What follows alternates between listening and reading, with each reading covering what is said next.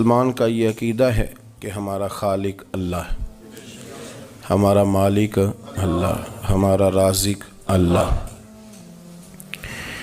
جب یہ ساری چیزیں، ساری عطائیں، ساری نعمتیں اللہ کی ہیں تو پھر مسلمان کی ساری توجہ بھی اللہ ہی کی جانب ہونی چاہیے۔ اسے کوشش کرنی چاہیے کہ وہ ہر معاملے میں، ہر مسئلے میں، ہر پریشانی میں اپنی توجہ اپنے رب کریم کی جانب مبذول رکھے۔ انسان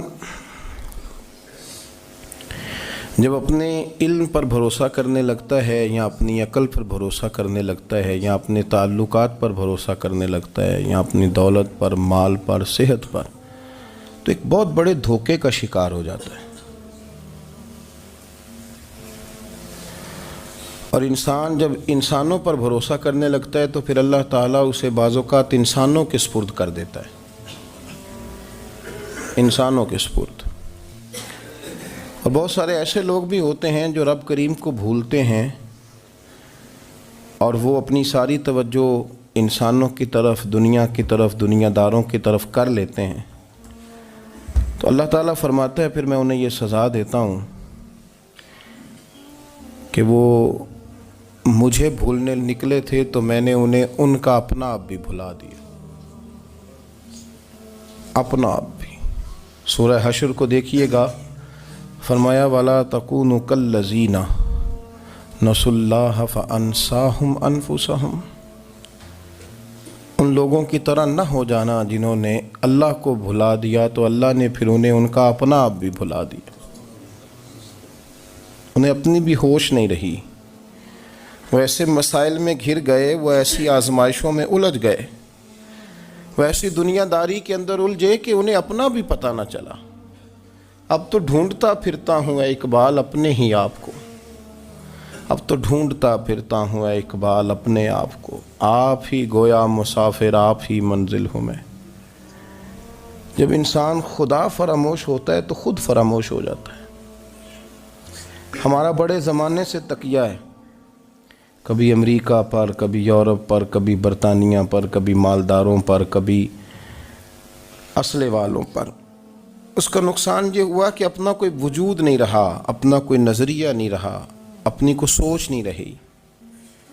ایسے محسوس ہوتا ہے کہ کوئی منشور نہیں، کوئی دستور نہیں، لگام منہ میں ہے اور اس کا سرا کسی کے ہاتھ میں ہے، وہ جدھر چاہتا ہے ہمیں گھما لیتا ہے۔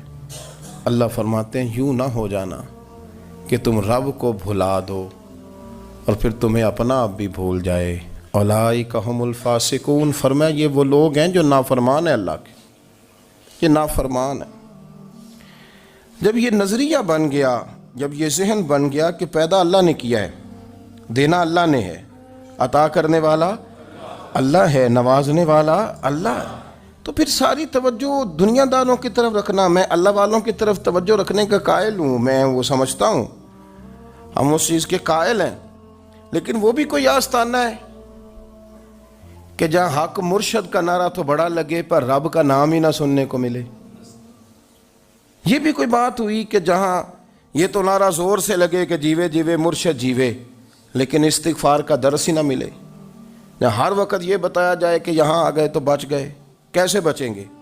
میرے رسول پاک علیہ السلام کا دروازہ سب سے بڑا دروازہ ہے، حضور کا دروازہ سب سے بڑا دروازہ ہے، لیکن میرے دوستو یاد رکھنا، نبی پاک علیہ السلام نے بھی لوگوں کو جب رستہ دکھایا ہے تو رب کریم کا رستہ دکھایا ہے، اللہ کا رستہ دکھایا، اللہ کریم کا رستہ دکھایا، لوگوں کو رب کی طرف توجہ کرائی۔